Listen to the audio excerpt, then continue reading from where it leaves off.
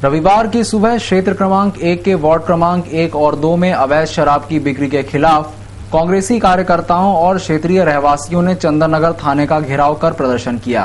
चंदन नगर थाना क्षेत्र में आने वाले बजरंग नगर और रामानंद नगर सहित कई इलाकों में खुलेआम अवैध शराब के साथ मादक पदार्थ की बिक्री हो रही है। पुलिस की निष्क्रियता को लेकर रविवार सुबह कांग्रेसी नेता सुनील गोधा और दीपू यादव के नेतृत्व में सैकड़ों रहवासियों ने थाने का घेराव कर प्रदर्शन कर इसकी बिक्री पर रोक लगाने की मांग की है। नेता का कहना था,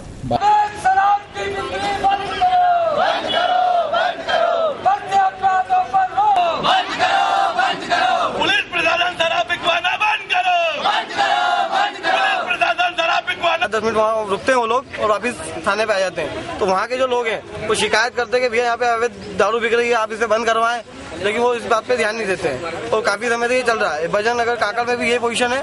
जब आप काकड़ पे नाले पार जब जाओगे आप तो वहाँ पे ये पोजीशन है कि हर जगह मतलब टापरियों में मतलब अवैध दारू बहुत सही रखी है। और अभी भी मतलब एक दिन या 2 दिन पहले यहाँ पे बजरंग नगर काकड़ से दारू पकड़ाई थी। तो हमारा ये पुलिस प्रशासन से ये अनुरोध है कि आप अवैध दारू बिकवाना बंद करें और इसमें आप जनता का सहयोग करें, जो कि युवा जिस प्रकार से मतलब बिगड़ने की जो पोजीशन है। चंदन नगर क्षेत्र में खाना बनाते समय गैस चूल्हा लीकेज होने की वजह से एक महिला झुलस गई थी। उसे जिला अस्पताल में इलाज के लिए लाया गया था, लेकिन डॉक्टरों की लापरवाही की वजह से वह मौत के मुंह में चली गई।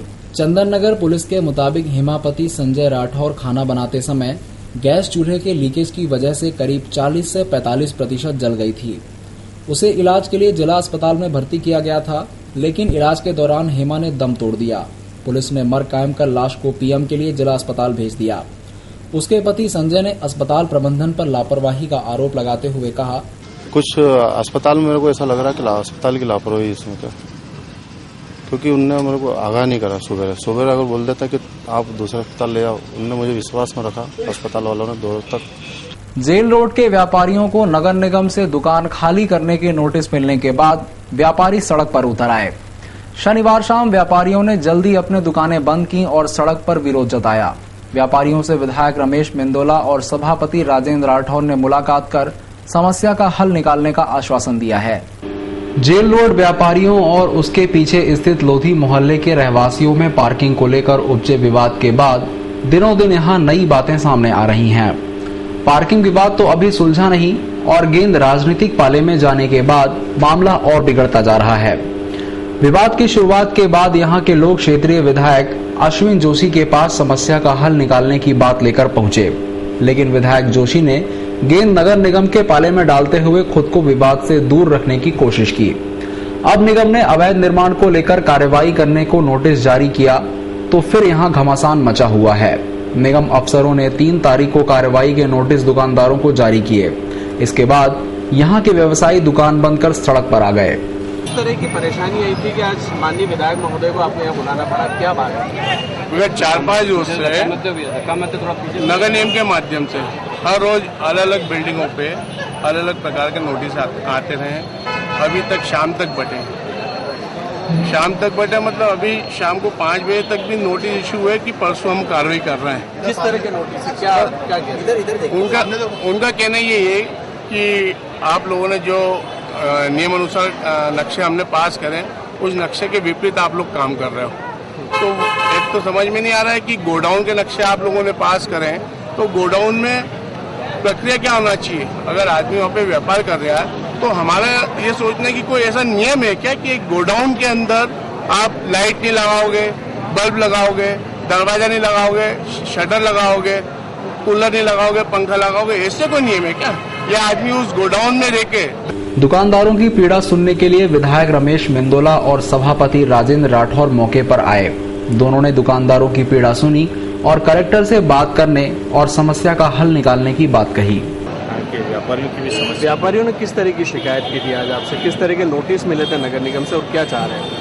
नहीं, मुझे अभी उन्होंने बताया कि नगर निगम ने नोटिस दी है। अब उनने नोटिस क्या दिए मुझे देखा नहीं, पर मैंने कहा कल कलेक्टर साहब से समय लेकर हमसे चर्चा करेंगे। वो चर्चा में जो भी होगा।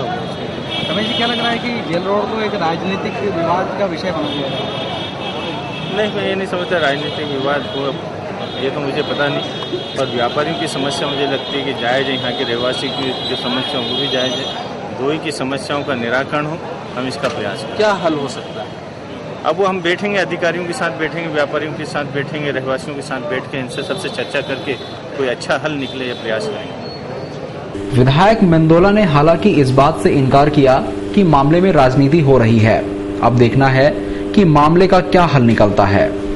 पटवारी हत्याकांड में अस्पताल से भागे आरोपी ने राजस्थान में जहर खाकर आत्महत्या कर ली है।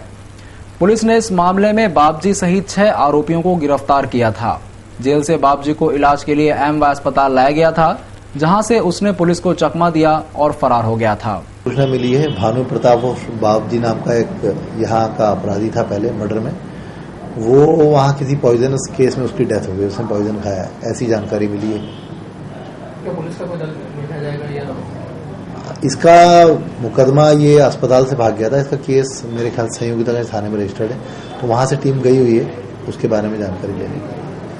क्या मामले में गिरफ्तारी हुई? क्या अभी तो कोई मामला नहीं है, पहले का पुराना मामला था, उसमें गिरफ्तारी हो चुकी है आरोपियों की, उसमें से ये भी एक आरोपी था और ये उसके बाद हॉस्पिटल से भाग गया था, तो ये कहीं फरारी काट रहा था। अभी ऐसी सूचना प्राप्त हुई कि इसकी डेथ हो गई। पहले भी गिरफ्तारी लंबे समय बाद घटना में मुख्य आरोपियों की गिरफ्तारी, ये 2011 का मामला है। हाँ, ये एग्जैक्टली मुझे नहीं मालूम है कि किसकी कब गिरफ्तारी हुई, मेरे समय का मामला नहीं है। इसमें 6 आरोपी थे, ये मुझे मालूम है, और सभी गिरफ्तार हो चुके हैं। मल्हारगंज थाना क्षेत्र के जिंसी इलाके में रहने वाली एक महिला ने पति की आर्थिक तंगी से परेशान होकर फांसी लगाकर अपनी जान दे दी। महिला को मन्नत पूरी करने के लिए जाना था, लेकिन पति के पास पैसे की कमी के चलते उसने फिलहाल जाना स्थगित कर दिया था।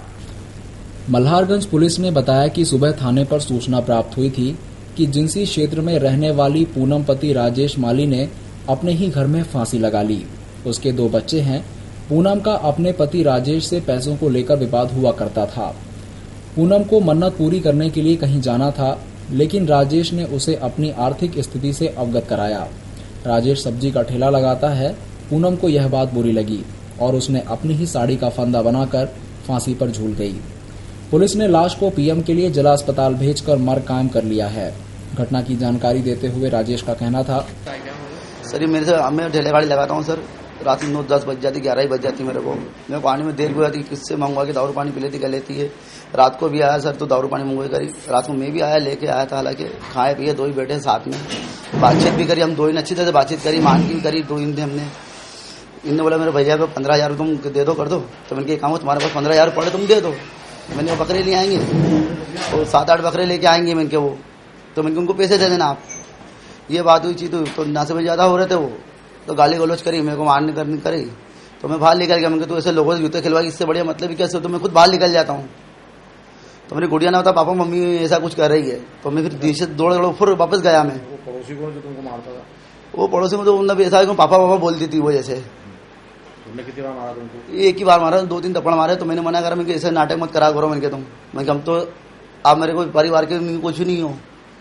तो ये बात भी होती, मेरे घर से मुझसे बोला तुम अंदाज बात मत उठाना, तो कुछ नहीं करा। बाकी उन्होंने हालांकि अच्छे के लिए करा, कोई गलत नहीं करा, उन्होंने मेरे को भी बोला अभी। तो हंस ट्रेवल्स की बस से पुणे से इंदौर का सफर करने वाली एक महिला का बस से लगेज गायब हो गया।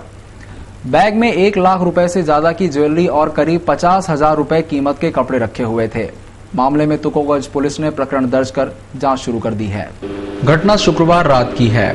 पुणे निवासी गौहर नजीर शेख अपनी बेटी और भांजे के साथ हंस ट्रेवल की बस से इंदौर आईं। दरअसल गौहर की बहन उज्जैन में रहती है, जिनके यहाँ शादी है। गौहर उसी शादी में शामिल होने आई हैं। शनिवार सुबह जब वे इंदौर उतरी, बस से अपना सामान उतारना चाहा तो उनका एक बैग गायब था। गौहर के मुताबिक उनके पास 2 बड़े बैग थे। बड़ा बैग जिसमें सोने के जेवर और शादी के कपड़े थे, वो बैग चोरी हो गया। मेरे साथ 2 बैग थे, बड़े बैग, एक बड़ा बैग था, एक छोटा बैग था, और एक और शोल्डर बैग था। उसमें मैंने खाने पीने की चीज़ें रखी थी, वो मेरे पास था। लेकिन दोनों बैग मैंने अपने डिक्की में क्लीनर के साथ में देकर बड़ा बैग नीचे रखा, उसके ऊपर छोटा बैग रखकर डिक्की में रखा। लेकिन जब मैं रखकर उसने मेरे सामने लॉक करा और मैं आकर अपनी सीट पर गाड़ी चल पड़ी, वहाँ से पूना के रूबी हॉल क्लिनिक से, जहाँ पर उसका हॉल्ट रहता है, वहाँ से चली। सुबह होकर यहाँ पर जब 8:45 बजे हम लोग आए, यहाँ पर आए, तो जब सामान निकालने के लिए इंदौर आए तो मेरे भाई आए हुए थे मुझे लेने के लिए, जावेद खान जो यहाँ पर इंदौर रहते, जिनके पास मैं आई थी। तो वहाँ पर आकर देखा उन्होंने, जाकर हम लोगों ने देखा तो छोटा बैग था, बड़ा बैग नहीं था उसमें। तो हमने लोगों ने क्लीनर से पूछा कि भाई किधर को है, क्या है, तो देखा सब देखा, लेकिन कुछ वो नहीं हुआ। फिर मेरे भाई ने बोला, बोले मैनेजर के पास जाकर बोला तो वो बोले अभी क्या कर सकते हम।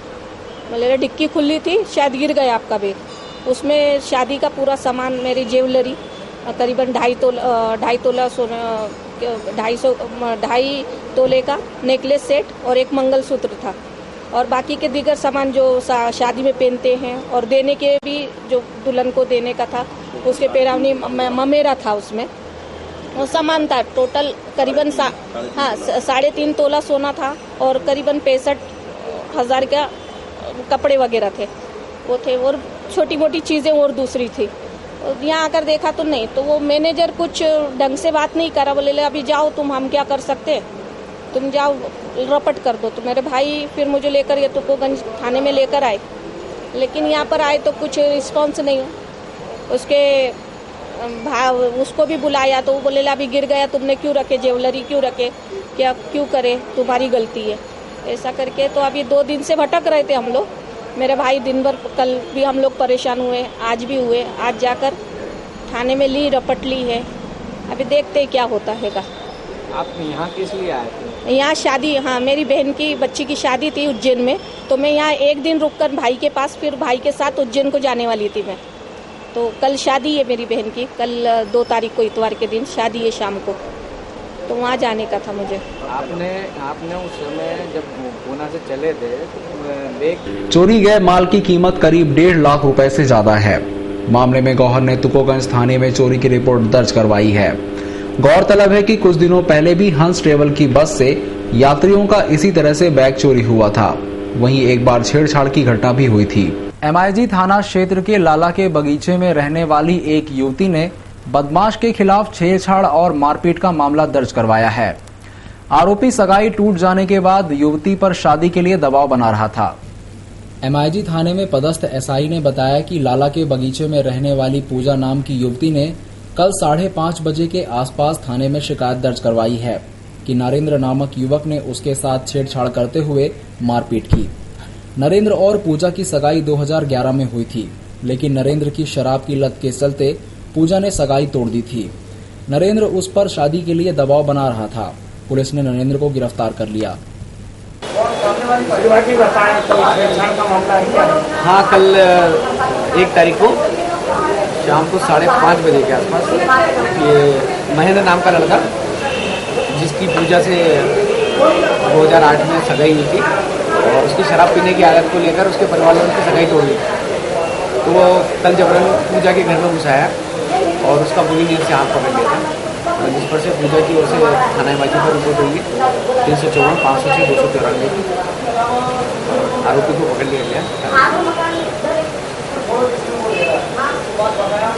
रविवार की शाम तुकोगंज क्षेत्र में करोड़ों रुपए की जमीन हड़प कर बेचने वाले 5 भूमाफियाओं के खिलाफ पीड़ित लोग थाने पहुंचे और उनके बैंक खाते और संपत्ति सीज करने की मांग को लेकर थाना प्रभारी को ज्ञापन सौंपा। 5 आरोपी काफी लंबे समय से फरार हैं। तुकोगंज क्षेत्र में करोड़ों की जमीन की हेराफेरी करने के मामले में थाने में कमल गोयल, उनकी पत्नी सविता गोयल, सुजाता उपाध्याय, विमल गोयल, संदीप चटर्जी और ईश्वर प्रजापत के खिलाफ धोखाधड़ी का मुकदमा दर्ज होते ही 5 आरोपी फरार हो गए। फरारी के दौरान ही सभी आरोपी बैंक से लेन देन करने के साथ साथ प्रॉपर्टी बेच भी रहे हैं। इनसे पीड़ित लोगों को जब इस बात का पता चला तो रविवार शाम को सभी लोग तुकोगंज थाने पहुंचे और थाना प्रभारी से मांग की है कि सभी के बैंक खाते और प्रॉपर्टी सीज करें। इस आशय का ज्ञापन भी सौंपा गया। इस बारे में भूपेंद्र ठौरा का कहना था, रिलायंस में एक व्यक्ति अपने आप को, जिसका कि नाम विमल गोयल था, वहाँ पर कार्य करना बताता था, वो कार्य करता भी था। कार्य करने के साथ साथ ही उसने बजाज रिलायंस की जाली फर्जी रसीदें लाला के हमको पकड़ाई और उन अपने का है कि रसीदों के बिहार पे हमारे द्वारा उनको पैसे भी दिए गए। और ऐसा करते करते जब हमको सच्चाई का सामना आया, मालूम पड़ा, तब तक उसने करीब 10 करोड़ रुपए का घोटाला कर दिया। क्योंकि बजाज रिलायंस कंपनी जो कि अपने ऑल ओवर इंडिया लेवल पे जिसकी ब्रांचेस हैं, अब हमको उनकी रसीदों पर तो विश्वास करना ही था। गीता भवन चौराहे का लेफ्ट टर्न का मामला सुलझ गया है। जमीन मालिक और प्रशासनिक अधिकारियों से हुए समझौते के बाद रविवार की सुबह निगम के सहयोग से कार्रवाई कर बाधाओं को हटा दिया गया। बीआरटीएस पर कंचनबाग से पलासिया की ओर जाने वाले लेफ्ट टर्न के लिए बड़ी बाधा दूर हो गई है।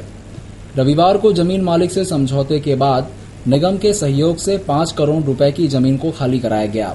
साथ ही निर्माण कार्य भी शुरू हो गया।